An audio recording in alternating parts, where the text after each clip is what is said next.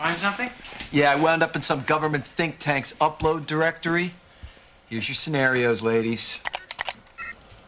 These look like counterterrorism scenarios, war games developed for the Defense Department. What's scenario 12D? Airline terrorism? That doesn't make sense. Your father was murdered over a war game? What is scenario 12D?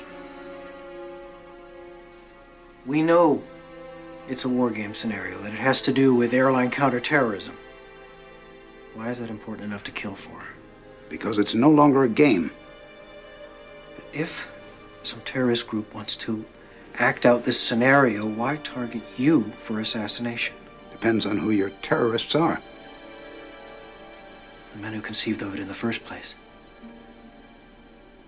You're saying our government plans to commit a terrorist act against a domestic airline? There you go. Indicting the entire government as usual. It's a faction. A small faction. For what possible gain? The Cold War's over, John. But with no clear enemy to stockpile against, the arms market's flat. But bring down a fully loaded 727 into the middle of New York City, and you'll find a dozen tin-pot dictators all over the world just clamoring to take responsibility and begging to be smart-bombed.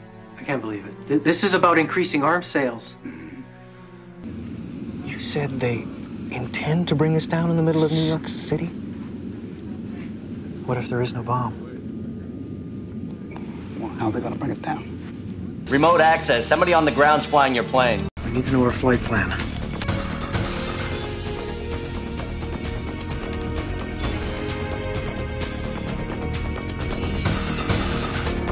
World Trade Center. We're going to crash the plane into the World Trade Center. I'll tell the flight crew. These look like counterterrorism scenarios, war games developed for the Defense Department. What's scenario 12D? Airline terrorism? USA Today reports that in the 2 years before the attacks on September the 11th, NORAD conducted exercises using hijacked airliners as weapons. And one target was the World Trade Center. The North American Aerospace Defense Command, NORAD, conducted exercises with fighter jets, simulating hijacked planes flown into the World Trade Center in the 2 years before the attacks. And you'll find a dozen tin-pot dictators all over the world just clamoring to take responsibility and begging to be smart-bombed. I can't believe it. This is about increasing arms sales.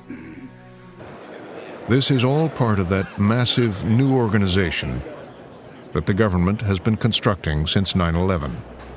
The new gold rush has attracted some familiar names: General Dynamics, Northrop Grumman, and some newcomers. Here's all of General Dynamics in the country. Oh my goodness! Slowly, they discovered a hidden world of military, government, and private corporations. This is a world so secretive, so large and unwieldy, that no one knows how much it costs, or everything it does. Remote access. Somebody on the ground's flying your plane. Bogey, sir. Keep your course. It was an SPC subsidiary, Tridata Corporation, that oversaw the investigation after the terrorist attacks on the World Trade Center in 1993. SPC, according to their official website, specializes in many areas of defense technology production and manufacture, including a system developed by their radar physics group called the Flight Termination System, or FTS. This is a system used to destroy target drones, craft that would be fired on by test aircraft or weaponry, in the event of malfunctions or misses. This highly sophisticated wargame technology allows the control of several drones from a remote location on varying frequencies and has a range of several hundred miles. This technology can be used on many different types of aircraft, including large passenger jets. This is a photograph of the Flight Termination System module from their site. Note it has a cylindrical shape and is consistent with the size and shape of the object observed under the fuselage of Flight 175. The Boeing lease deal involved the replacement of the aging KC-135 tanker fleet with these smaller, more efficient Boeing 767s, which were to be leased by Dov Zakheim's group. The planes were to be refitted with refueling equipment, including lines and nozzle assemblies. In this enlargement of Flight 175, we can clearly see a cylindrical object under the fuselage and a structure that appears to be attached to the right underside of the rear fuselage section. When seen in comparison, it is obvious that the plane approaching the Trade Center has both these structures, the FTS module, and the mid-air refueling equipment, as configured on the modified Boeing 767 tankers. Of particular interest is the long tube-like anomalous structure under the rear fuselage area of 175. This structure runs along the right rear bottom of the plane. The equipment attached to the underside of the plane which hit the World Trade Center is identical in every single way to the Boeing 767s issued by Dov Zakheim. Another interesting piece of 9/11 evidence is the last 12 seconds of UA-175. Since every amateur videographer in New York City had their cameras pointed up at the burning Tower 1, the second plane strike was filmed from nearly every conceivable angle. Expert analysis of this plane leads to some startling revelations. First, there is the expertly controlled flight characteristics of this plane. During its last 20 seconds of flight, UA-175 made a single corrective maneuver so perfectly timed and executed that it could not possibly have been piloted by human hands.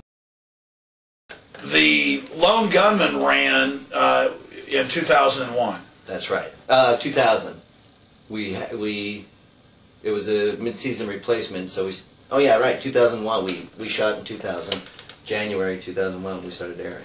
When did you shoot the episode with the government secretly hijacking a jet by remote control to fly in the World Trade Center? Yeah, that we shot in March of 2000. So that's almost a full 9 months before it actually happens. Who particularly wrote that episode? I think Vince Gilligan was the head writer on that one. And who else was involved? And then it was Frank Spotnitz, John Scheiben, and then Chris Carter did a rewrite on that as well. On the morning of September 11th, 2001, you see a plot from the TV show you were in, to some extent, coming true. What did you think on September 11th? I didn't even put it together till I got a call from one of the writers. It was Vince Gilligan. He called and he said, "Are you watching this?" And I go, "Yeah." "It's weird. Why are you calling?" He goes, "Because the show." And then it took me a while to go, "Oh yeah, the pilot, good God, it's exactly what they wrote." And they were really freaked out about it, the writers. We were trying to imagine, crimes that weren't paranormal, that would involve serving terrorism, in this case government-sponsored terrorism. And so we came up with the idea of running an airliner into the World Trade Center in Manhattan. As a writer, and particularly on the X-Files, that's the kind of stuff you spend your day doing. You're supposed to imagine the unimaginable and the unthinkable. We want to set these characters up as heroes who are going to, unbeknownst to all of us, save the world. What would be a terrible, horrible thing that could happen, unfortunately, was the World Trade Center. I have to say at the time, if it ever occurred to me, I imagined, well, of course the government has already thought about things like this. Of course there are systems in place to, if we can imagine it, we're just, Hollywood writers.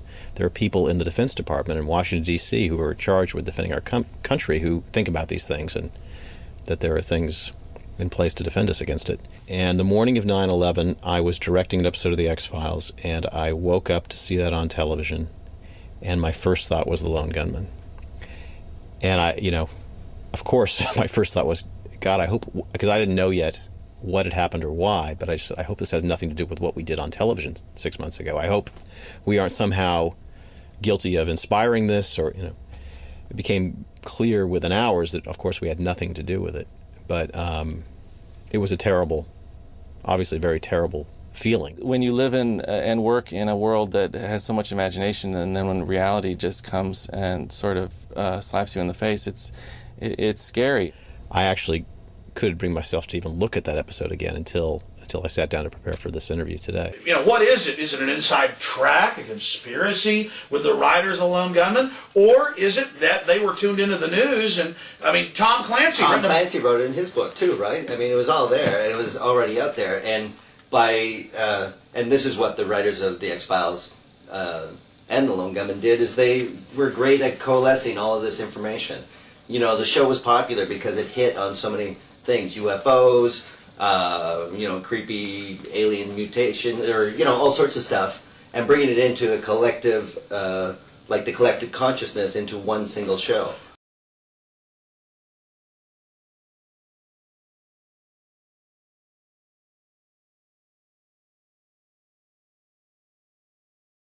The aftermath of September 11th and having that episode being written and that. I'm not going to touch this one. I'm going to give it to my colleague here, Frank Stevens, who actually had more to do with the Lone Gunmen than I did. The Lone Gunmen were created, if you remember in the episode, first season episode, by Glenn Morgan and James Wong, and then we did the TV series. But Frank really had so much more to do with it, and especially that part of the storyline. I think he has a special underground connection. No, actually, no connection at all. But yes, Mark Snow is doing the score for the movie. But we're just looking for the most awful crime we can imagine, and it was as simple as that. And I think all of us, I hate to say that, our first thought, my first thought that morning, September 11th, was the Lone Gunmen. I was stricken with the thought that maybe we, somehow inspired it in some way, and I was greatly relieved to learn the plot that existed long before that was on network television, and then disturbed that if we could imagine it, our government didn't, and I didn't understand why we weren't prepared for a tragedy like that. But yeah, it's been the subject of some conspiracy theories online, and we were directed to write it and so on, and it's just an act of imagination like so many others we did at 10/13.